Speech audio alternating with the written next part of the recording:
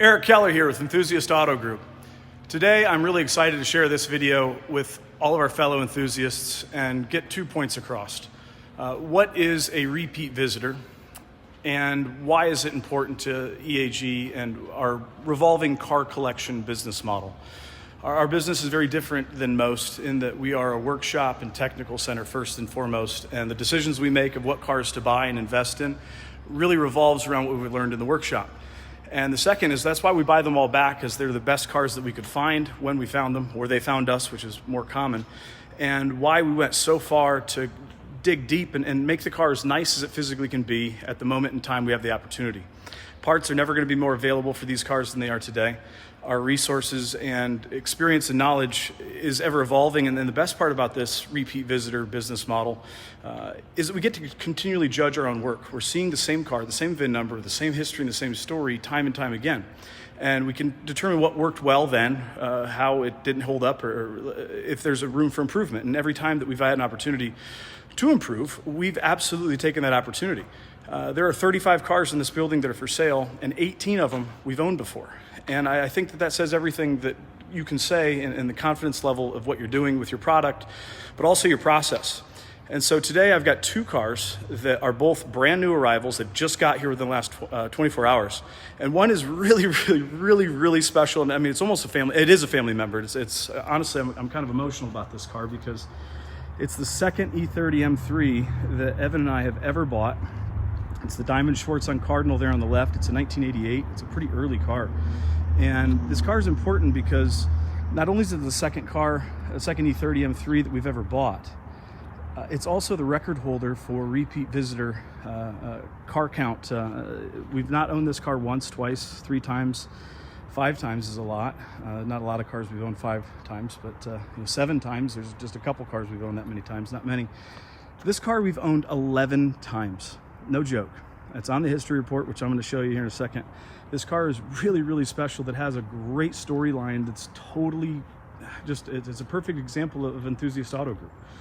And when we bought it in 2006, we found it on a forum. It was on s14.net, very passionate group of E30 M3 enthusiasts. And, we were very excited when we found it. And we called the guy up and he's like, yeah, it's for sale, but who are you?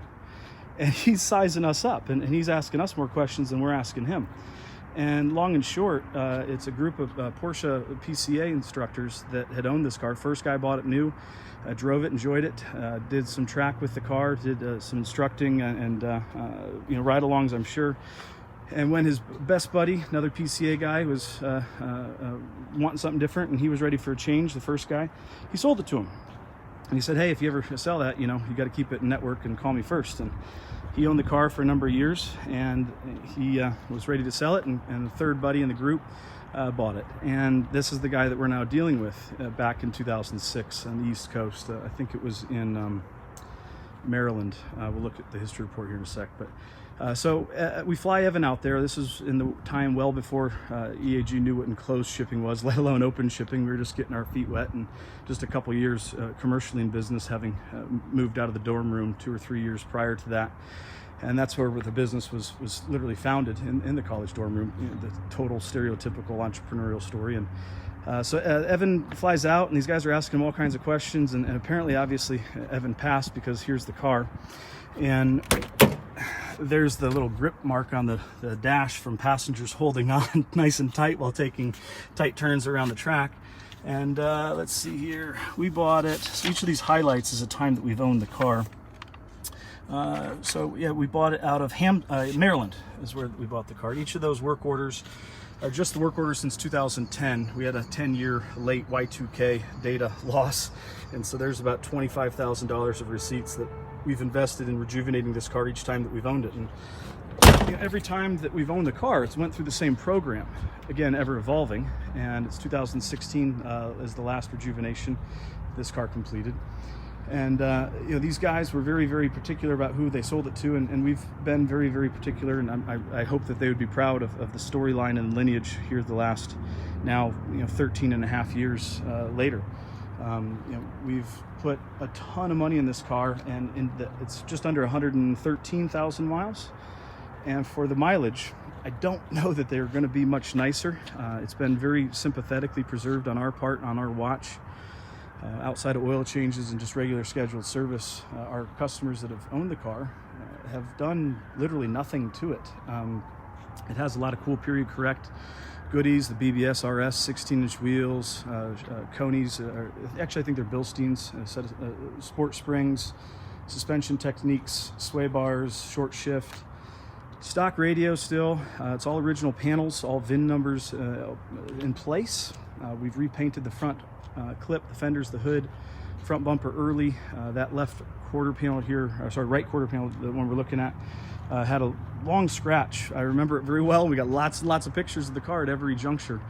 So we went ahead and restored that, I think 2013, I think, right when the body shop was just getting started. And you know, this is a great example of what EAG is all about. We've met a lot of great people with this car. We've made a lot of great memories.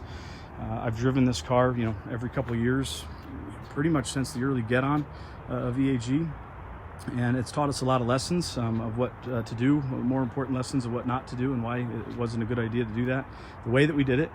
And we've evolved and improved, and so is this car every step of the way as the opportunity would allow. It's got a nice Evo 2 steering wheel. It's got recovered front seats, which obviously look a lot better than what the original ones would with this 112,990 miles. Still has original floor mats in it. Find a set of those. The rear seats are the originals and still in really great shape. All the stitching seams and joints are not yet, or you know, not split. They'll usually split right there and there. Same at the top, same spots. Original partial shelf. I mean, the car is definitely more original than not.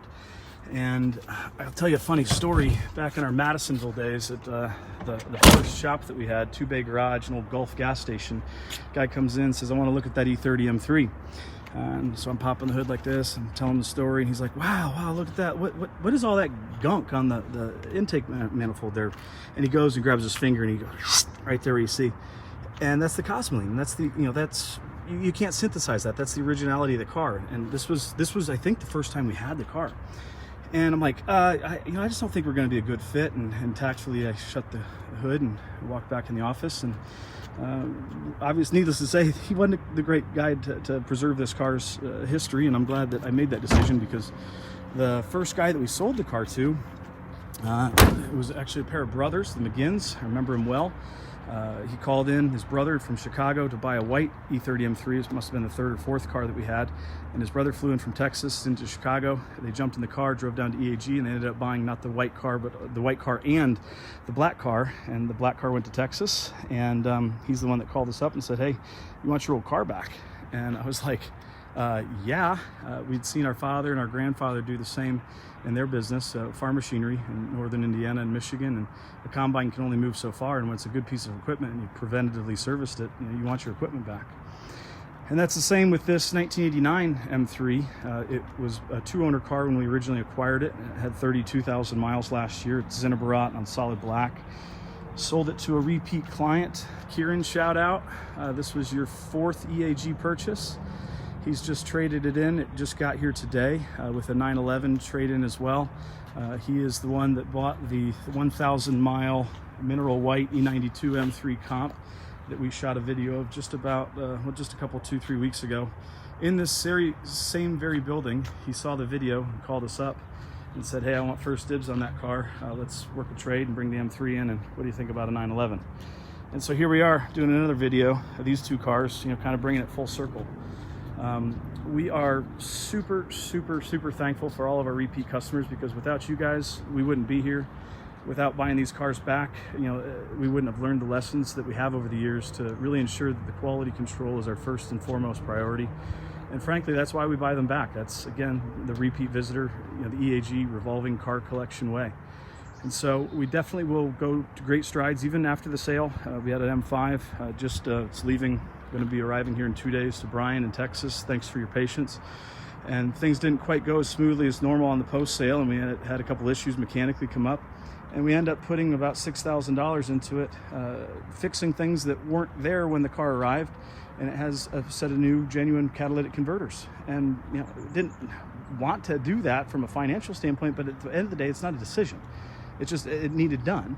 And I'm not going to let him buy a car with the EAG name and brand behind it and have an issue shortly out the gates, especially after he traded in a GT3 Touring.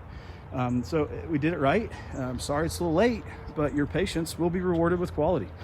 And that's the EAG difference, one of many. I appreciate everybody tuning into this long one.